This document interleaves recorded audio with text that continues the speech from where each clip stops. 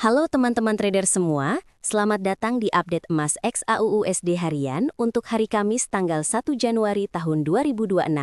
Awal tahun baru, tapi sentimen market lagi volatil setelah rilis notulen FOMC semalam, data inflasi Amerika yang ternyata lebih jinak, dan PMI manufaktur Tiongkok yang kembali naik di atas level 50.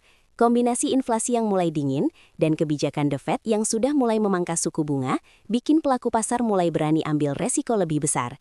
Sementara dari sisi fundamental, emas dihadapkan pada dolar indeks yang cenderung melemah pelan-pelan dan yield obligasi Amerika tenor 10 tahun yang mulai turun dari puncaknya.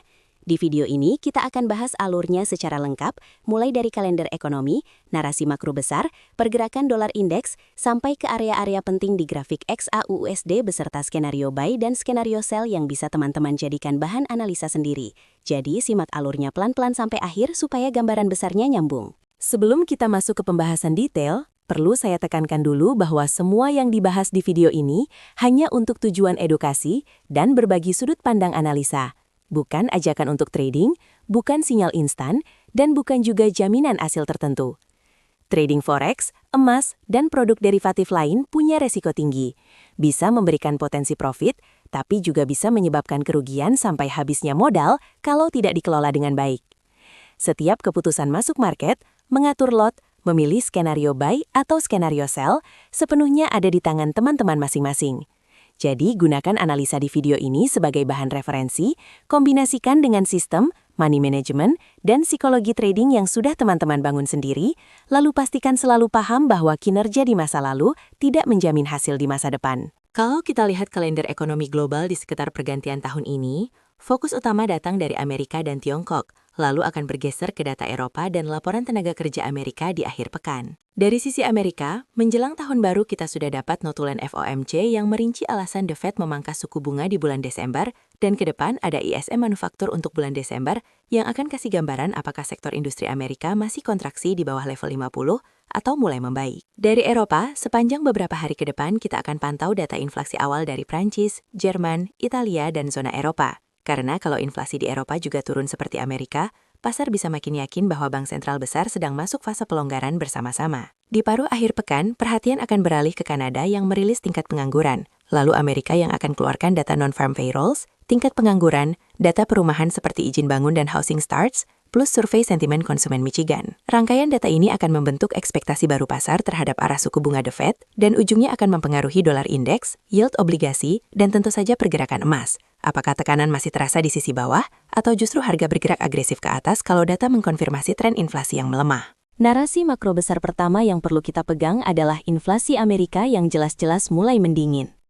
Data indeks harga konsumen bulan November menunjukkan inflasi tahunan naik sekitar 2,7%, di bawah perkiraan yang mendekati 3,1%. Sementara inflasi inti hanya sekitar 2,6%, lebih rendah dari proyeksi sekitar 3%. Artinya, tekanan harga di ekonomi terbesar dunia itu mulai mereda, dan The Fed makin dekat dengan target inflasi 2% mereka. Buat emas, inflasi yang turun ini punya dua sisi. Di satu sisi, emas kehilangan sedikit daya tarik sebagai pelindung inflasi ekstrim.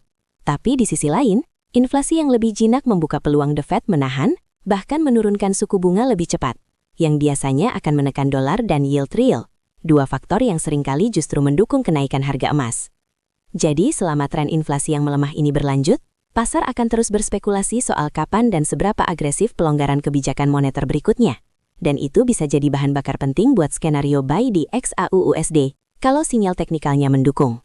Narasi makro kedua datang dari kebijakan The Fed sendiri, di mana pada pertemuan 10 Desember lalu, FOMC memutuskan memangkas suku bunga acuan sebesar sekitar 25 basis poin, sehingga target Fed Funds sekarang berada di kisaran 3,5 sampai 3,75%. Alasan utamanya adalah melambatnya pertumbuhan lapangan kerja, kenaikan tingkat pengangguran, dan inflasi yang mulai turun mendekati sasaran. Sehingga The Fed merasa tekanan untuk menahan suku bunga di level tinggi mulai berkurang. Buat emas, setiap langkah pemangkasan suku bunga biasanya mengurangi daya tarik memegang dolar dan instrumen berbunga seperti deposito atau obligasi karena imbal hasil realnya turun.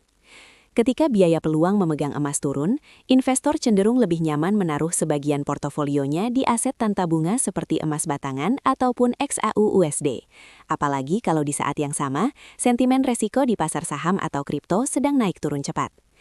Di fase awal siklus pemangkasan seperti sekarang, pelaku pasar masih terus menimbang apakah The Fed akan lanjut memotong suku bunga beberapa kali lagi di tahun ini, dan ketidakpastian inilah yang sering bikin pergerakan emas jadi cukup lebar, dan market lagi volatil di sekitar berita-berita besar. Narasi makro ketiga adalah pergerakan yield obligasi global yang cenderung turun setelah data inflasi yang lebih lemah tersebut, termasuk imbal hasil obligasi Amerika tenor 10 tahun yang sempat turun ke area sekitar 4,11%. Turunnya yield artinya harga obligasi naik karena banyak dana besar lari ke aset aman, dan pasar mulai percaya bahwa era kenaikan suku bunga agresif sudah selesai. Dari sudut pandang emas, yield yang menurun ini sangat penting, karena emas tidak memberikan bunga. Jadi ketika imbal hasil obligasi tinggi, orang cenderung lebih memilih obligasi. Tapi ketika yield turun, biaya peluang memegang emas jadi jauh lebih kecil. Analoginya sederhana, kalau deposito bank menawarkan bunga tinggi, orang akan betah menaruh uang di sana. Tapi kalau bunganya turun tipis-tipis seperti sekarang, sebagian dana bisa bergeser ke emas untuk jangka menengah dan panjang. Sekarang kita melihat fase di mana yield memang sudah turun dari puncak, tapi masih berkisar di level 4, sekian persen. Jadi emas mendapat dukungan dari sisi suku bunga. Namun kalau nanti ada data yang mengejutkan dan membuat yield melonjak lagi, tekanan masih terasa buat harga emas, dan bisa mengganggu skenario buy yang terlalu agresif. Kalau kita zoom ke grafik dolar indeks DXY, beberapa pekan terakhir kita bisa lihat pola pelemahan bertahap dari area sekitar 99,3 sampai 99,5, turun pelan-pelan mendekati zona 98. Dan sekarang harga penutupan harian sudah sering bermain di kisaran 98,0 sampai 98,3. Candle-candle terakhir bentuknya relatif kecil dengan ekor atas dan bawah yang tidak terlalu panjang, menandakan pelaku pasar lagi menunggu pemicu baru sebelum mendorong dolar lebih jauh. Dari sisi teknikal, area sekitar bawah 98 mulai terlihat sebagai support jangka pendek, sementara tiap kali indeks mencoba naik mendekati kisaran 98,8 sampai 99, tekanan jual cepat muncul lagi. Buat XAUUSD, selama dolar indeks cenderung melemah dan tertahan di bawah area 99, emas punya ruang untuk bertahan di level atas atau bahkan melanjutkan skenario buy kalau didukung sinyal lain. Tapi kalau suatu saat DXY memantul kuat dari support sekarang dan harga bergerak agresif naik menembus area resisten tersebut, kita harus waspada, karena biasanya itu jadi sinyal awal skenario sell di emas mulai menguat kembali. Sekarang kita bahas imbal hasil obligasi Amerika tenor 10 tahun, yang sering jadi acuan utama buat biaya peluang memegang emas. Dalam beberapa sesi terakhir, yield 10 tahun bergerak di kisaran sekitar 4,05 sampai 4,2%. Dengan kecenderungan sedikit memantul naik dari level terendahnya, sehingga penutupan terakhir berada di area sekitar 4,16%. Pola ini menunjukkan bahwa setelah sempat turun cukup jauh dari puncak sebelumnya, pasar obligasi mulai masuk fase konsolidasi. Belum lanjut turun tajam, tapi juga belum mampu naik tinggi lagi. Bayangkan yield ini seperti bunga deposito. Ketika bunga sangat tinggi, orang lebih tertarik menaruh uang di deposito atau obligasi. Tapi ketika bunga turun dan hanya berkisar tipis di atas 4% seperti sekarang, emas jadi terlihat relatif lebih menarik untuk diversifikasi. Apalagi buat yang berpikir jangka panjang. Selama yield 10 tahun tidak tiba-tiba melonjak tajam ke atas, tekanan ke emas dari sisi biaya peluang cenderung berkurang. Namun karena sekarang masih bertahan di kisaran 4, sekian persen, tekanan masih terasa dan membuat kenaikan emas sering tertahan ketika menyentuh area resisten teknikal yang penting. Sekarang kita masuk ke rencana teknikal XAUUSD.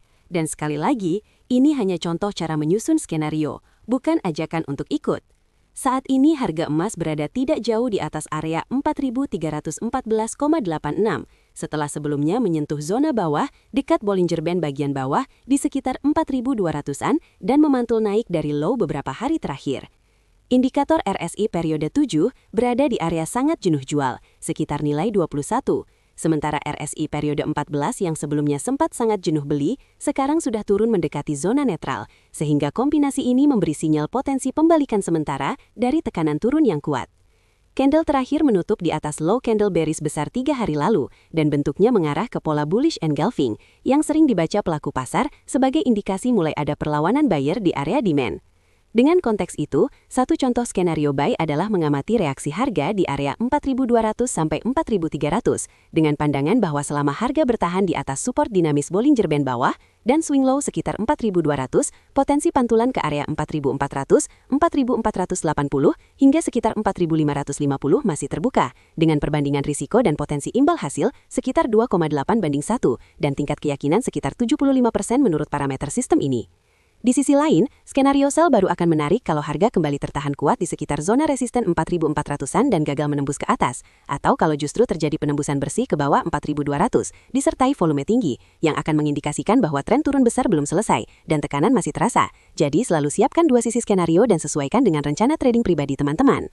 Sebagai penutup, saya ingatkan lagi bahwa semua analisa, level teknikal, dan pembahasan skenario buy maupun skenario sell di video ini sifatnya edukasi dan informasi umum saja, bukan rekomendasi resmi untuk membeli atau menjual instrumen apapun. Kondisi keuangan, toleransi resiko, dan gaya trading setiap orang berbeda, jadi sangat penting buat teman-teman untuk selalu melakukan analisa mandiri, menguji kembali ide yang ada di sini, dan menyesuaikannya dengan trading plan masing-masing sebelum memutuskan masuk ke market yang resiko dan pergerakannya cepat seperti emas. Jangan pernah trading dengan dana yang tidak sanggup teman-teman relakan kalau terjadi kerugian, dan tetap disiplin dengan money management serta psikologi yang sehat. Kalau dirasa bermanfaat, kita akan lanjut di video selanjutnya dengan update data terbaru dan pembahasan yang lebih dalam lagi. Semoga bisa membantu teman-teman melihat XAUUSD dengan sudut pandang yang lebih terstruktur dan objektif.